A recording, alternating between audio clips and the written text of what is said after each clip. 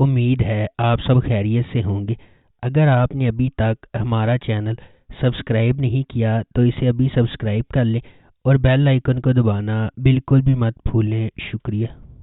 Number 10، serial killer. Serial killer drama ایک شخص کی موت کے پر اسرار واقعے کے ساتھ شروع ہوتا ہے اور پھر ایس پی سارہ سکندر کی شمولیت کی طرف روشنی ڈالتا ہے۔ ایس پی سارہ سکندر ایک فل برائٹ اسکالرشپ والی لڑکی ہے جو امریکہ سے واپس آئی ہے۔ وہ نئی ایس پی کے طور پر مقرر کی گئی ہے جہاں وہ صنفی امتیاز محسوس کرتی ہے اور محکمہ کے مرد ممبر کی طرف سے اسے حقیر سمجھا جاتا ہے۔ چنانچہ قتل کا معمہ حل کرتے ہوئے کہانی پولیس کے محکمے میں اختیارات کے ناجائز استعمال اور بدعنوانی کے موضوع کو چھوتی ہے۔ نمبر 9، گم۔ ڈرامے کی کہانی میں ایک پر اسرار قتل کیس دکھایا گیا ہے۔ طوبہ صدیقی مرکزی کردار ادا کر رہی ہیں، ایک وکیل ہیں اور ایک قتل کیس کو حل کرتی ہیں جس میں کئی طاقتور شخصیات ملوث ہوتی ہیں۔ فیروز قادری اور فرقان قریشی بھی اسی ڈرامہ سیریل کا حصہ ہے۔ نمبر 8، گرے۔ پاکستانی ڈرامہ سیریل گرے کی کہانی ایک اداکارہ ایمان کے گرد گھومتی ہے جو اپنے ساتھی اداکار سالار پر جنسی طور پر ہراساں کرنے کے الزامات لگاتی ہے، لیکن وہ تمام الزامات کی تردید کرتا ہے اور بے قصور ہونے کا دعویٰ کرتا ہے۔ حالانکہ ایمان اپنے نقطۂ نظر پر مضبوطی سے قائم ہے، میڈیا اعلیٰ درجہ بندی حاصل کرنے کے لیے اس مسئلے کا فائدہ اٹھاتا ہے اور اس مسئلے کو مزید گھسیٹتا ہے۔ معاملے کی گہرائی کی تحقیقات سے حقیقت سب کے سامنے آ جاتی ہے۔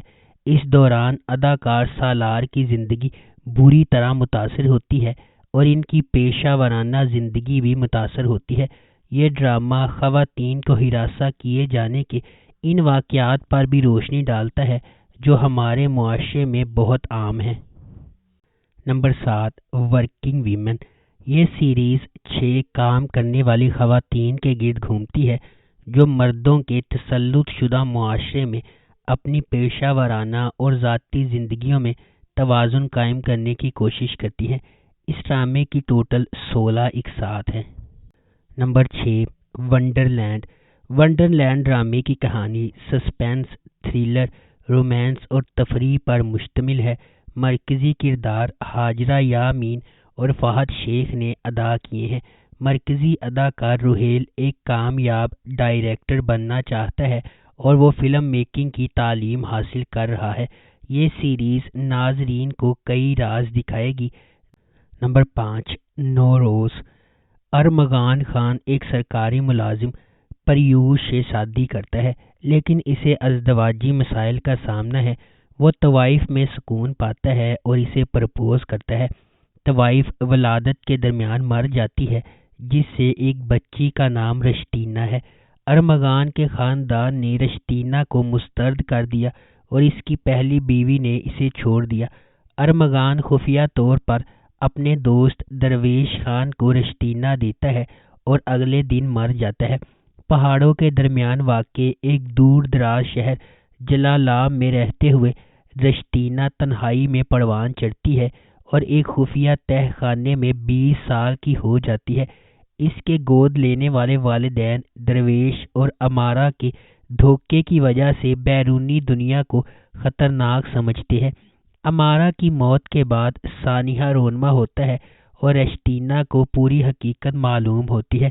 رشتینہ کو اس کے دادا کاروان خان سے بچانے کے لیے جو اسے طوائف کی بیٹی ہونے کی وجہ سے قتل کرنا چاہتا ہے، درویش خان اسے اسلام آباد بھیجتا ہے کہ وہ ارمغان کے ایک دوست حسن کے ساتھ رہ سکے۔ نمبر 4، دوڑ۔ دوڑ 3 خاندانوں کے گرد گھومتی ہے جن کے بچے ایک ہی نجی اسکول میں پڑھتے ہیں۔ شیزرے ایک ٹیکسٹائل کمپنی کی CEO اور ایک خود مختار پرعزم پیشہ ور کے 2 بچے اور نوکرانیوں اور ڈرائیوروں کی ایک پریڈ ہے۔ اس کا شوہر عمر اپنے اثاثوں پر انحصار کرتا ہے اور اس کی کمپنی میں کام کرتا ہے، تاہم وہ اس کا وفادار نہیں ہے اور اس کا ایک ساتھی لیلا کے ساتھ غیر ازدواجی تعلق میں ہے۔ ہنا جو لیلا کی بہن بھی ہے سماجی سیڑھی پر چڑھنا چاہتی ہے اور اس کے لیے اس سے زیادہ کوئی چیز اہمیت نہیں رکھتی۔ مناہل جو 2 بچوں کی ماں ہے، اپنے ماضی سے پریشان ہے اور اپنے کیریئر کو دوبارہ شروع کرنے کے خواب دیکھتی ہے۔ تینوں خواتین کی زندگی میں مختلف خواہشات ہیں، لیکن ان کے درمیان ایک چیز مشترک ہے، وہ چاہتی ہیں کہ ان کا بچہ وہ باوقار ایشین گیمز جیتے جس میں وہ حصہ لے رہی ہیں۔ نمبر 3، لا۔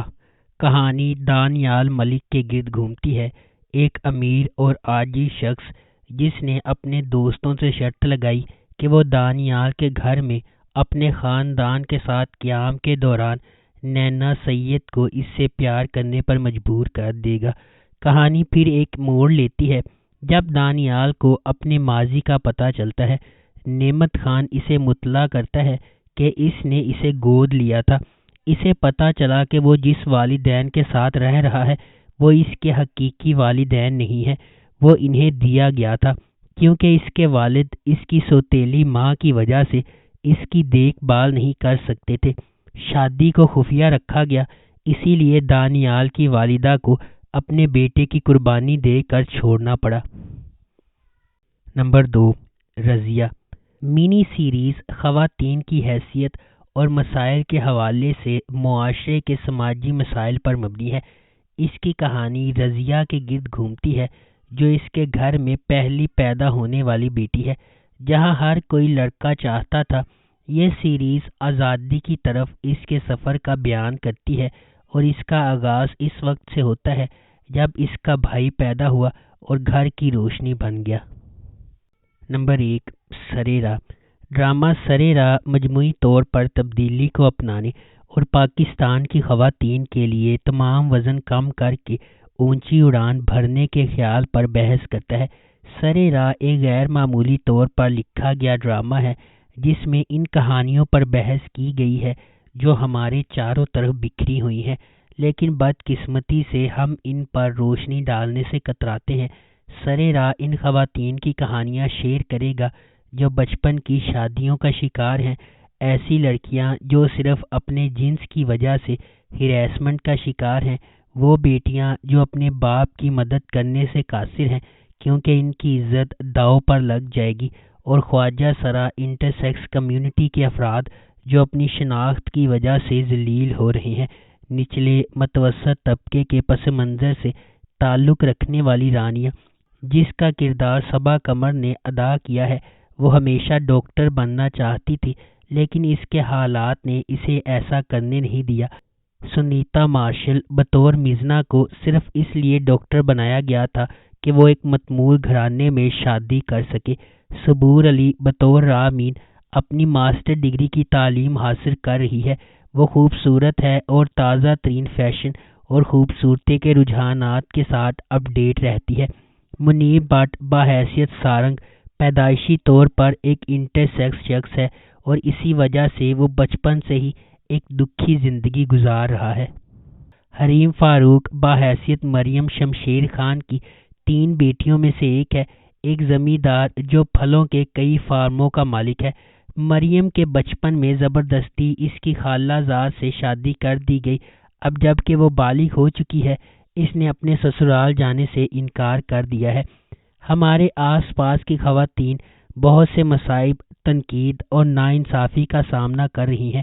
بحیثیت معاشرہ ہماری ذمہ داری ہے کہ ہم ان کی دیکھ بھال کریں اور انہیں ان کا مستحق مقام اور حقوق دیں۔